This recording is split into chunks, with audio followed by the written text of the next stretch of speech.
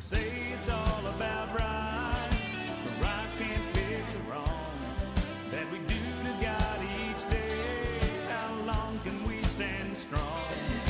And all I got is one question left. If we turn our backs and spit in his face, is God still gonna bless the USA? In the early 18th century, the Moravian Church, rooted in the heritage of the Bohemian Reformation, emerged as a remarkable force in global missions. Among their most striking acts of sacrifice were instances in which Moravian missionaries, driven by profound compassion and faith, sold themselves into slavery to bring the message of the gospel to enslaved people in the Caribbean. The most well-known story centers on Leonard Dober and David Nitschmann, who in 1732 sought to reach the enslaved Africans on the island of St. Thomas in the Danish West Indies. At the time, the planters and colonial authorities forbade missionaries from interacting freely with enslaved populations. Dober and Nitschmann, undeterred by the cost, resolved to become slaves themselves, if that was required to share the hope of Christ with those in bondage. Their willingness to endure the same hardships and limitations as the enslaved was a testament to their extraordinary love and solidarity. Greetings, Patriots. I'm Perry Green, and this is God in America. There are many ways for us to be enslaved. Paul wrote of the choice we can make in Romans 6, verse 16.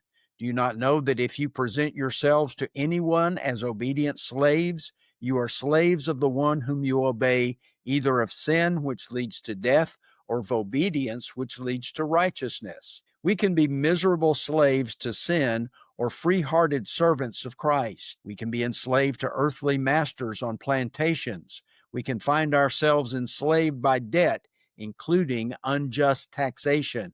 When we think about the mounting national debt, we realize that America, the home of the free, is not really free, but a slave to our creditors. Each citizen is also enslaved by our elected officials' short-sighted, treasonous decisions. Proverbs 22, verse 7 reads, "The rich rules over the poor, and the borrower is the slave of the lender." By now, you've heard that the IRS is surrendering its attacks on the American churches. They're finally admitting that they had no constitutional authority to limit political speech in our pulpits, violating the First Amendment. Pastors in their churches feared losing their tax-exempt status, so they quickly accepted the results of the 1954 Johnson Amendment and as a tax-exempt organization refused to endorse candidates. They became silent politically, refusing to equip their members with the whole counsel of God. They limited their discourses to the lighter, fluffier expositions of love and compliance. Weak congregations like to preach about God's love to man, man's love to God, and man's love to man. These are all biblical topics, but there's much more to learn. Love is the greatest of all spiritual gifts. When we understand it properly, it exceeds the warm and fuzzy storytelling from most American pulpits. Love is demanding with these characteristics. Love is patient and kind. Love does not envy or boast. It is not arrogant or rude. It does not insist on its own way. It is not irritable or resentful. It does not rejoice in wrongdoing, but rejoices with the truth. Love bears all things, believes all things, hopes all things, endures all things. Even now, with the IRS approval for preaching politically, many Christians are opting out. They don't want to offend the weaker brethren and prefer silence on the issues. That's cowardice, not love. In the passage we just cited, love rejoices in the truth. Instead of isolating and insulating from one another, we need genuine instruction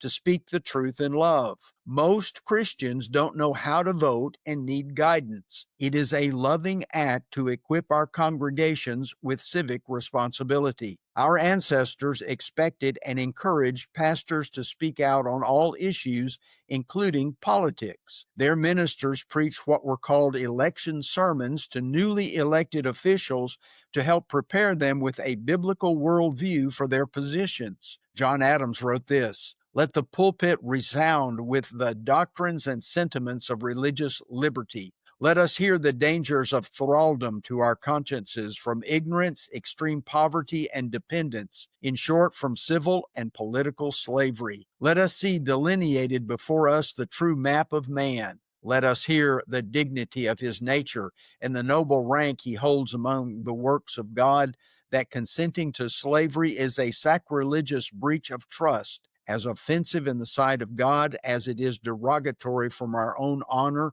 or interest or happiness, and that God Almighty has promulgated from heaven liberty, peace, and goodwill to man. The IRS never had the power to stop preachers from speaking out on all issues. My friends Dan Fisher and Paul Blair, along with others, repeatedly called their bluff. They preached political sermons and sent their notes and sermon recordings to the IRS headquarters. After several years, the agency told them to stop sending the materials. They would not prosecute them. Now it's official. But what will churches do? Will the minister speak out or find other reasons to be silent? Remember, silence is approval, and not to speak is to speak, not to act is to act. When we resist the devil, he flees. When we obey God rather than men, he blesses us for eternity. We will soon see what the American churches will choose. Thank you for being with us today. As we close, let's keep the light of speaking on all the issues burning.